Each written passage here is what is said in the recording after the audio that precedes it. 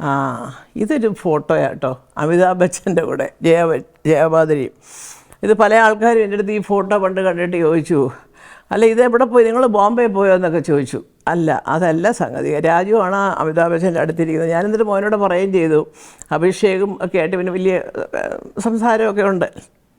ഇത് international film festival of Kerala, ഈ IFFK എന്ന് പറയുന്ന സംഭവം കേരളത്തിൽ കൊണ്ടുവരുന്നത് എൻ്റെ സുഹൃത്തനാണ്. അത് ജയകുമാർ സാറാണ് അന്ന് KSFDCയുടെ MD. ഇവർ രണ്ടുപേരും കൊണ്ടുള്ള ഒരു കൂട്ടായ ശ്രമത്തിൻ്റെ പുറത്താണ് ഇങ്ങനൊരു ഫെസ്റ്റിവൽ എന്തുകൊണ്ട് കേരളത്തിൽ സംഘടിപ്പിച്ചുകൂടാന്ന് ചോദിക്കുകയും അതിനെ തുടർന്ന് അങ്ങനെ പ്ലാൻ ചെയ്ത് എല്ലാം നല്ല ഭംഗിയായിട്ട് വരുന്നു, പടങ്ങളൊക്കെ ഇൻവൈറ്റ്. അപ്പോൾ അന്ന് KSFDC ആണ് ഈ ഫെസ്റ്റിവൽ നടത്തുന്നത്. ഇപ്പം മറ്റേ അക്കാഡമിയൊക്കെ വന്നു വേറെ. ഇത് നടത്തിയ സമയത്ത് ആദ്യത്തെ ഉദ്ഘാടന ദിവസം നമ്മൾ ജയാ ബച്ചനാണ് ആ ഫെസ്റ്റിവൽ ഉദ്ഘാടനം ചെയ്തത്. അന്ന് മണിരത്നം സാറ് തൊട്ട് എല്ലാവരും, കാരണം സുഹൃത്തന്ന് മണിരത്നം സാറിൻ്റെ ഉണരൂ എന്ന് പറയുന്ന പടത്തിലൊക്കെ അഭിനയിച്ചേച്ച് നിൽക്കുന്ന സമയമാണ്. വന്നതിൻ്റെ പിറ്റേ ദിവസം അന്ന് ശ്രീ K. കരുണാകരനാണ് കേരളത്തിലെ മുഖ്യമന്ത്രി. അദ്ദേഹത്തിൻ്റെ ഒരു മാനസിക നിലപാടുകൾ അറിയാമല്ലോ. അന്ന് പറഞ്ഞാൽ സുകുമാരൻ ഇടതുപക്ഷമാണ്, അതുകൊണ്ട് ഒരു സ്ഥാപനം നന്നാക്കാൻ പാടില്ലാന്നുണ്ടോ എന്നൊക്കെ ചോദിച്ചുകൊണ്ട് അദ്ദേഹം അങ്ങനെ ഇന്ന് ബോൾഡായിട്ട് പാർട്ടിക്കുപരിയായിട്ട് നിന്നുകൊണ്ട് പറയുന്നവർ വളരെ കുറവാണ്. പക്ഷേ ലീഡർ അങ്ങനെ തന്നെ ആയിരുന്നു. അതുകൊണ്ടാണ് ലീഡർ എന്ന് അദ്ദേഹത്തിൻ്റെ പേര് വന്നത്, വേറൊന്നും കൊണ്ടല്ല. അദ്ദേഹം ഒരു കാര്യം തീരുമാനിച്ച, ആ സ്ഥാപനം ഒന്ന് നന്നാവട്ടോ, എത്ര കാലമായിട്ട് ചുമ്മാ കാട് പിടിച്ച് കിടക്കുന്നു എന്നൊക്കെ പറയുന്ന ഒരു ഭരണാധികാരിയാണ് അദ്ദേഹം.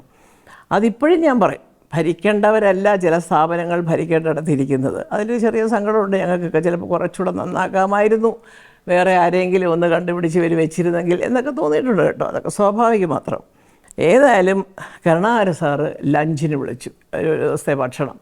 അപ്പോൾ സുഹൃത്തൻ സ്വാഭാവികമായിട്ടും ചെയർമാനിലെ. പക്ഷേ അതല്ല, എന്നെ സംബന്ധിച്ച് എൻ്റെ അമ്മയെപ്പോലെ തന്നെ ഞാൻ സ്നേഹിച്ചിരുന്ന വേറൊരു വ്യക്തിയുണ്ട്, ശ്രീമതി കല്യാണിക്കുട്ടിയമ്മ, കരുണാകരൻ സാറിൻ്റെ ഭാര്യ. അയ്യോ ഈശ്വര, ഞാൻ എപ്പോഴും എൻ്റെ അമ്മയോട് തന്നെ പറഞ്ഞിട്ടുണ്ട്, ആ പൂജപ്പര വഴി പോവുകയാണെങ്കിൽ എന്താ ചെയ്യണേ മല്ലികേ എന്ന് പറഞ്ഞ് കയറി വരും. 2 ദിവസം അങ്ങോട്ട് കണ്ടില്ലെങ്കിൽ എന്നെ വിളിക്കും. കാരണം ഇത്രയും എന്നെ സ്നേഹിച്ച വേറെ ഒരു അമ്മയുണ്ടോ എന്ന് ചോദിച്ചാൽ ഇല്ല.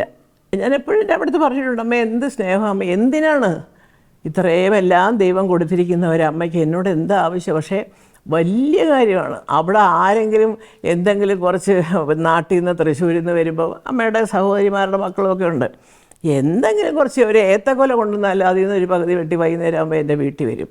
അതൊക്കെ സാധാരണ എൻ്റെ അമ്മ ചെയ്യുന്ന കാര്യങ്ങളാണ്.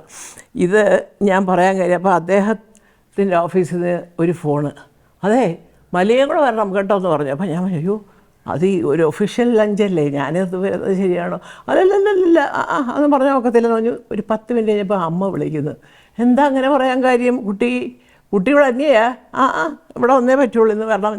നമ്മുടെ അമിതാഭ് ബച്ചനും ഭാര്യയും ഒക്കെ വരുന്നുണ്ടെന്ന്. അപ്പോൾ അന്ന് അമിതാഭ് ബച്ചൻ കേൾക്കുമ്പോൾ നമുക്കും കാണണം എന്നൊക്കെ ആഗ്രഹമൊക്കെ ഉണ്ട് തീർച്ചയായിട്ടും. അപ്പോൾ സുഹൃത്തും ഞാൻ എന്താ അവിടെ അല്ലേ, അല്ലെങ്കിൽ നമ്മൾ മിക്കവാറും പോകുന്നൊരു വീടല്ലേ, അപ്പോൾ എന്ന് പറഞ്ഞ് കൊണ്ടുപോയി. അപ്പോൾ രാജുവുണ്ട്, കൊച്ചുമോനുണ്ട്.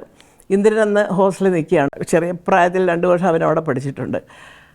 അങ്ങനെ രാജു വീട്ടിലുള്ളത് കൊണ്ട് ഞങ്ങൾ ഉച്ചയ്ക്ക് അവിടെ ചെന്ന് കഴിഞ്ഞാൽ എൻ്റെ ഏറ്റവും വലിയ സന്തോഷം എന്ന് പറയുന്നത്, ഞാൻ ഇന്ന് ആലോചിക്കുകയാണ്, അദ്ദേഹവും ഞാൻ എൻ്റെ ഒരു റോൾ മോഡലാണ് കേട്ടോ ജയാബാദരി. കാരണം അഭിനയം കൊണ്ടും സ്വഭാവ രീതി കൊണ്ടും എല്ലാം.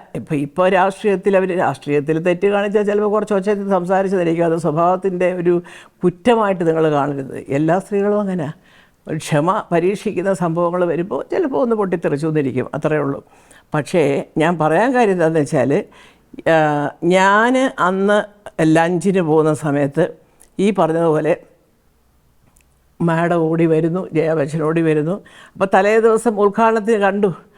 അത് വലിയ നല്ല തമാശ ഒരു കഥയുണ്ട് കേട്ടോ പറഞ്ഞാൽ. കാരണം സുഹൃത്തിനെ കൊണ്ട് മാത്രമേ അത് സാധിക്കത്തുള്ളൂ. വിളക്ക് കത്തിക്കാൻ നേരത്ത് ഒരു ചെറിയ വിളക്ക്, അത് KSFDCയിലുള്ള ഒട്ടുമുക്കാൽ ആൾക്കാർക്കും അതറിയാം. ഒരു ചെറിയ വിളക്ക് അടുത്തിൻ്റെ കയ്യിലോട്ട് കൊടുത്തു, വിളക്ക് കത്തിച്ചാട്ടെ എന്ന് പറഞ്ഞു. അപ്പോൾ ഈ കൊണ്ടുവരുന്ന കുട്ടി ആകെപ്പാടെ പേടിച്ച് കൊണ്ടുവന്ന് ഇനി അടുത്തെത്തായപ്പം വിളക്ക് അങ്ങ് കെട്ടു. അപ്പോൾ ആ കുട്ടി അവിടെ ഇങ്ങനെ അന്തം വിട്ട് നിൽക്കുക, ഒരു പെൺകുട്ടി. തീപ്പെട്ടിയുണ്ടോ, അതുണ്ടോ, ഇതുണ്ടെന്ന് ഉണ്ടോ എന്ന് പറഞ്ഞ് സുഹൃത്തൻ സിഗരറ്റിൻ്റെ ലൈറ്റർ എടുക്കുന്നു, ചകയെന്ന് കത്തിക്കുന്നു, മാളത്തിന് നേരിട്ട് കൊടുക്കുന്നു. എനിക്ക് അവിടെ ഫ്രണ്ട് ചെയ്തിട്ട് എനിക്ക് ചിരി വരിക, സുഹൃത്തിന് ഇതെന്തോന്ന്. അതൊന്നും സുഖമായിട്ട് നോക്കിയില്ല. അതാ കെട്ടുപോയ വിളക്ക് കത്തിച്ച് ആ കുട്ടിയുടെ തന്നെ കൊടുത്ത് കൊണ്ടുപോയി കൊടുത്താട്ടെ എന്നും പറഞ്ഞ്. അപ്പോൾ അതിങ്ങനെ പിന്നീട് ഞങ്ങൾ പറഞ്ഞ് ചിരിച്ചിട്ടുള്ളൊരു കഥയാണ്. അപ്പോൾ അത് കാരണം പിറ്റേ ദിവസം ലഞ്ചിന് കണ്ടപ്പോൾ വന്നു. ഇതെല്ലാം കഴിഞ്ഞ് ഞാൻ ജീവിതത്തിൽ മറക്കാത്ത ഒരു സംഭവം, നമ്മുടെ ഈ വെള്ളരിക്ക വെച്ചിട്ടൊരു കിച്ചടി ഉണ്ടായിരുന്നു അവിടെ, ഈ തൈരൊക്കെ ഒഴിച്ചിട്ട് ഞങ്ങളതിന് കുക്കുംബർ കിച്ചടി എന്നൊക്കെ പറയും. അപ്പോൾ ഇതെന്താ സംഭവം എന്ന് ചോദിച്ചതാരാന്നറിയോ? നമ്മുടെ എന്താ പറയുക, ഇന്ത്യയിലെന്നല്ല ലോകമെമ്പാടും ആരാധിക്കുന്ന വലിയ മനുഷ്യൻ ശ്രീ അമിതാഭ് ബച്ചൻ ചോദിക്കുകയാണ് ഇതെന്താ സാരെന്ന്. ആരോടാ ചോദിച്ചത്? നല്ല പാചകം അറിയാവുന്ന സുകുമാര സാറിനോട്. അപ്പോൾ അത് കാരണം ഞാനിങ്ങനെ ചിരിച്ചു.